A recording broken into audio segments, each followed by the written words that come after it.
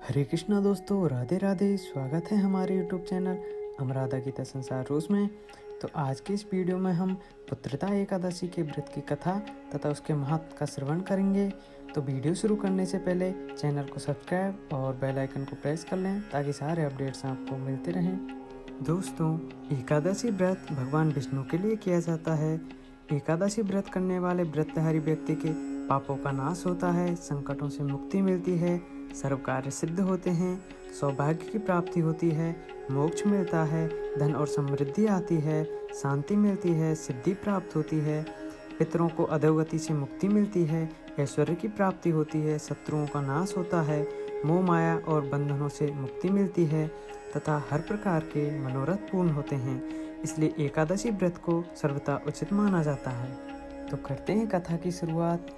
श्री युधिष्ठिर कहने लगे कि हे भगवान, मैंने श्रावण माह की कृष्ण पक्ष की कामिका एकादशी का सविस्तार वर्णन सुना। अब आप मुझे श्रावण शुक्ल एकादशी का क्या नाम है, व्रत करने की विधि क्या है तथा इसका महात्म कृपा करके कहिए। मधुसूदन कहने लगे कि इस एकादशी का नाम पुत्रदा एकादशी है। इस एकादशी को पवित्रा एकादशी भी कहा जाता है।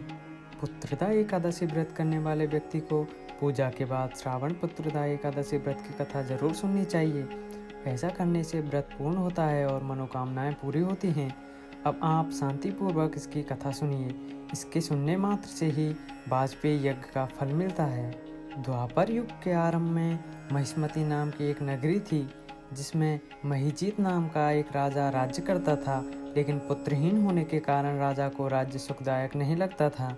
उसका मानना था कि जिसकी संतान न हो उसके लिए लोक और परलोक दोनों ही दुखदायक होते हैं।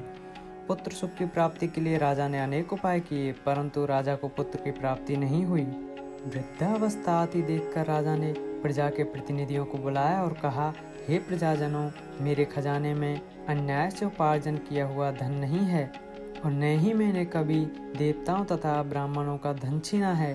किसी दूसरे की धरोहर भी मैंने नहीं ली। प्रजा को पुत्र के समान पालता रहा। मैं अपराधियों को पुत्र तथा बांधवों की तरह दंड देता रहा। कभी किसी से घृणा नहीं की, सबको समान माना है तथा सज्जनों की सदा पूजा करता हूँ। इस प्रकार धर्मयुक्त राज्य करते हुए भी मेरे पुत्र नहीं हैं, सो मैं अत्यंत दुख पा रहा हूँ। इसका क्या कारण है? राजा महीजीत की इस बात को विचारने के लिए मंत्री तथा प्रजा के प्रतिनिधि वन को गए। वहाँ बड़े बड़े ऋषि मुनियों के दर्शन किए। राजा की उत्तम कामना की पूर्ति के लिए किसी श्रेष्ठ तपस्वी मुनि को देखते फिरते रहे।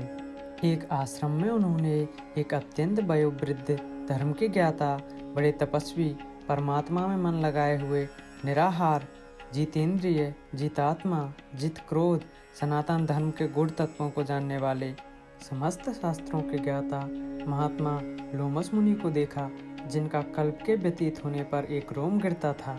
सबने जाकर ऋषि को प्रणाम किया। उन लोगों को देखकर मुनि ने पूछा कि आप लोग किस कारण से आए हैं? निसंदेह मैं आप लोगों का हित करूंगा।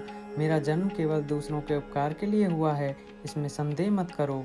लोमस ऋषि के ऐसे वचन सुनकर सब लोग बोले, हे महर्षि, आप हमारी बात जानने में ब्रह्मा से भी अधिक समर्थ हैं, अतः आप हमारे संदेह को दूर कीजिए। महिष्मतीपुरी का धर्मात्मा राजा महीजीत प्रजा का पुत्र के समान पालन करता है, फिर भी वह पुत्रहीन होने के कारण दुखी है।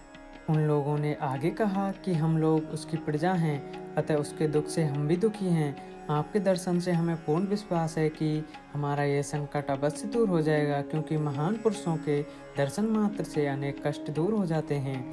अब आप कृपा करके राजा के पुत्र होने का उपाय बतलाएं।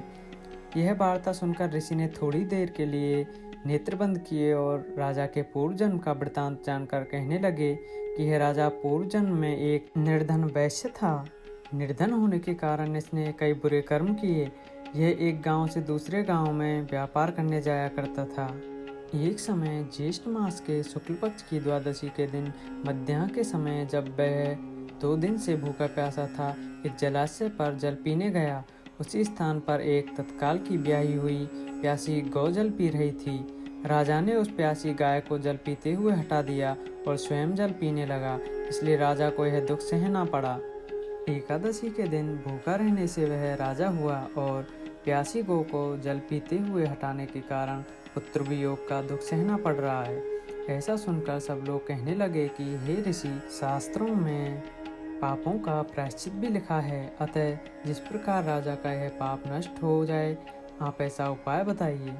लोमस मुनि कहने लगे कि श्रावण शुक्ल पक्ष की एकादशी को, जिसे पुत्रदा एकादशी भी कहते हैं, तुम सब लोग व्रत करो और रात्रि को जागरण करो, तो इससे राजा का यह पूर्व जन्म का पाप अवश्य नष्ट हो जाएगा, साथ ही राजा को पुत्र की अवश्य प्राप्ति होगी।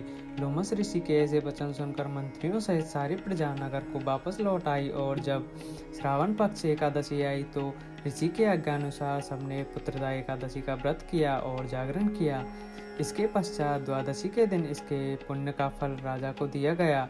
उस पुण्य के प्रभाव से रानी ने गर्भ धारण किया और प्रसव काल समाप्त होने पर उसके एक बड़ा तेजस्वी पुत्र उत्पन्न हुआ। इसलिए हे राजन, इस श्रावण शुक्ल एकादशी का नाम पुत्रदा पड़ा। अतः संतान सुख की इच्छा हासिल करने वाले इस व्रत को अवश्य करें। इसके महात्म को सुनने से मनुष्य सब पापों से मुक्त हो जाता है और इस लोक में संतान सुख होकर परलोक में स्वर्ग को प्राप्त होता है। इसी के साथ व्रत कथा का समापन होता है।